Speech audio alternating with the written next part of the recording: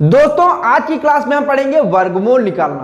तो दोस्तों आप इस वीडियो को एंड तक देखिएगा जिससे कि आपको पता चल जाए कि वर्गमूल निकालना कितना ज्यादा आसान होता है। तो दोस्तों अब हम चलिए क्लास को स्टार्ट करते हैं और समझते हैं वर्गमूल और वर्गमूल की सवाल को।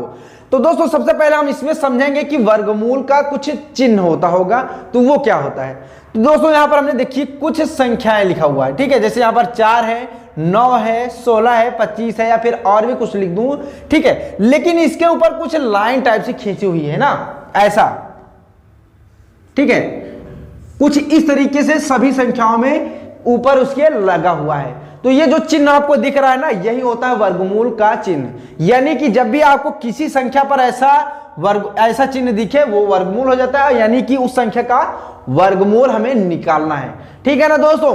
तो अब ये हो गई बात कि इसका चिन्ह क्या होता है। अब हम बात करते हैं कि इसके कितने तरीके होते हैं वर्गमूल निकालने के। तो दोस्तों इसका 2 तरीका होता है। पहला होता है अभाज्य गुणनखंड विधि, दूसरा होता है भाग विधि। तो दोस्तों आज की हम इस क्लास में पढ़ेंगे अभाज्य गुणनखंड विधि द्वारा वर्गमूल निकालना, ठीक है। तो दोस्तों अब इसमें से हम कुछ एग्जांपल ले लेंगे। जैसे यहां पर हमने लिखा, पहले कुछ एग्जांपल लेंगे, उसको सॉल्व करके देखेंगे ताकि आपको बढ़िया से समझ में आए। जैसे इसी में से हम कोई संख्या ले लेते हैं, इसी का वर्गमूल हम निकाल लेते हैं, ठीक है दोस्तों। जैसे मान लीजिए इसमें से कोई भी हम 25 ले लेते हैं, ठीक। तो यहां पर लिख लेते हैं दोस्तों 25, ठीक है। अब हम क्या करेंगे, इसका अभाज्य गुणनखंड विधि द्वारा वर्गमूल निकालेंगे। ये कह रहा है कि अभाज्य गुणनखंड यानी कि जिससे भी हम इसका गुणनखंड करेंगे वो सारी की सारी जो संख्याएं होंगी वो अभाज्य होनी चाहिए। अभाज्य संख्या कौन कौन सी होती है दोस्तों? 2 होती है, 3 होती है, 5 होती है, 7 और 11, 13, मतलब इस तरीके की जितनी भी संख्या होती हैं, इन्हीं संख्याओं से हम इनका गुणनखंड निकालेंगे, तभी तो वो होगा अभाज्य गुणनखंड ना। तो इनमें से सबसे पहले हम 2 से चेक करते हैं कि 2 से ये अभाज्य गुणनखंड इसका होगा कि नहीं। तो यहां पर 2 से चेक करने का रूल ये होता है दोस्तों, मैंने बताया है, कई बार बताया है कि जब भी किसी संख्या का आखिरी अंक 0, 2, 4, 6, 8 हो तो वो संख्या क्या होगी, 2 से कटेगी, यानी कि 2 से विभाज्य होगी। तो इसमें भाई जो आखिरी का अंक है ऐसा कुछ नहीं है जिसमें कि ये 2 से कटे, ठीक है। तो इसके बाद जब 2 से नहीं कटेगा तो हम 3 से चेक करेंगे, ठीक है, क्योंकि इसके बाद 3 ही अभाज्य संख्या है। तो 3 का रूल ये होता है दोस्तों कि जब भी कोई संख्या हो उसके अंकों का जोड़ अगर 3 से कट जाता है, 3 से विभाज्य हो जाता है, तभी वो संख्या 3 से विभाज्य होगी। यानी कि जैसे दोस्तों यहां पर लिखा हुआ है 4, 2, ठीक है। अभी ये 2 से कट रही है वो अलग बात है, लेकिन ये क्या 3 से कट रही है, इसको चेक करने के लिए इनके अंकों का जोड़ हमें करना पड़ेगा। तो 4, 2, 6, ठीक है। तो 6 3 से कटेगा, यानी कि ये जो संख्या दिख रही है आपको ये 3 से कटेगी। तो ये देखो इसमें हम इसको जोड़ लेते हैं 5, 2, 7, तो मतलब इनके अंकों का जोड़ कितना आया भाई, 7 आया। तो ये 3 से कटेगी नहीं कटेगी दोस्तों, ठीक है।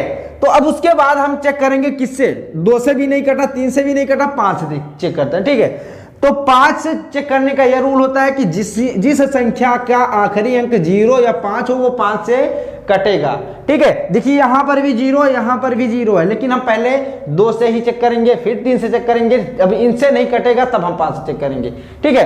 तो अभी 5 से यहां पर काटेंगे दोस्तों, यानी कि विभाज्य करेंगे तो हो जाएगा, क्योंकि लास्ट का अंक क्या है 5, तो यहां पर 5 25 हो जाएगा दोस्तों 25। यहां पर तो खुद ही दिख रहा है कि 5 से कट जाएगा, लेकिन बहुत बड़ी बड़ी संख्याएं मिलती हैं जिनका वर्गमूल निकालना पड़ता है। तो इससे आपको अंदाजा लग जाएगा पीछे का अंक देख करके ही, ठीक है। तो यहां पर 5 से ये कट गया, अभी ये 5 अकेले बचा, ये भी 5 से कटेगा, ठीक है। तो ये हो गया दोस्तों, ठीक। अब देखिए 5 × 5 इसको लिख सकते हैं। अब वर्गमूल निकालना है तो इसका 2 अंकों का हम जोड़ा बनाते हैं। जैसे यहां पर 5 है ना, तो कितना, 1 जोड़ा बन रहा है, ठीक है। तो इसमें से 1 हम 5 लिख लेते हैं दोस्तों, यही हो जाएगा वर्गमूल, ठीक। अभी हम और करके देखते हैं, ऐसा नहीं है कि एक ही सवाल, ठीक है। अब जैसे दोस्तों हम 16 का करके देख लेते हैं। अभी हमने 25 का करा था, अभी हम 16 का भी करके देख लेते हैं। तो 16 का करने के लिए सबसे पहले हमने क्या बताया दोस्तों कि चेक करेंगे हम 2 से कटेगा कि नहीं। देखिए यहां पर 6 है, मतलब कि जिस संख्या के आखिरी अंक में 6 रहेगा वो 2 से कटेगा, यहां पर हमने लिख भी दिया है। तो ये 2 से कटेगा, तो 2 अट्ठे हो जाएगा दोस्तों 16, 2 चौके हो जाएगा 8, 2 दूना हो जाएगा 4, 2 एक कम हो जाएगा 2। अभी इसको भी क्या करेंगे, इसी तरीके से लिखते हैं दोस्तों। तो 2 गुणे 2 गुणे 2 गुणे 2। तो हमने क्या बताया कि 2 2 का हमको जोड़ा बनाना है। तो यहां पर देखिए 5 गुणे 5 है, ठीक है, और यहां पर क्या है 2 गुणे 2 गुणे 2 गुणे 2 है। तो क्या करेंगे दोस्तों, इनको 2 2 जोड़े में हम कर देते हैं। अब इस एक जोड़े का हम एक अंक लिख लेते हैं, कोई भी 2। तो यहां पर 1 2 लिख लेते हैं, ठीक है। बीच में गुणे है, गुणे लगा देते हैं। अब इसमें से हमें 1 2 लिख लेते हैं। तो यहां पर हो गया 2 गुणे 2। अब इसको हम गुणा करते हैं दोस्तों, तो कितना हो जाएगा 4। कैसे पता चलेंगे कि ये हमारा आंसर सही है, तो इसी 4 में हम 4 से गुणा कर देंगे।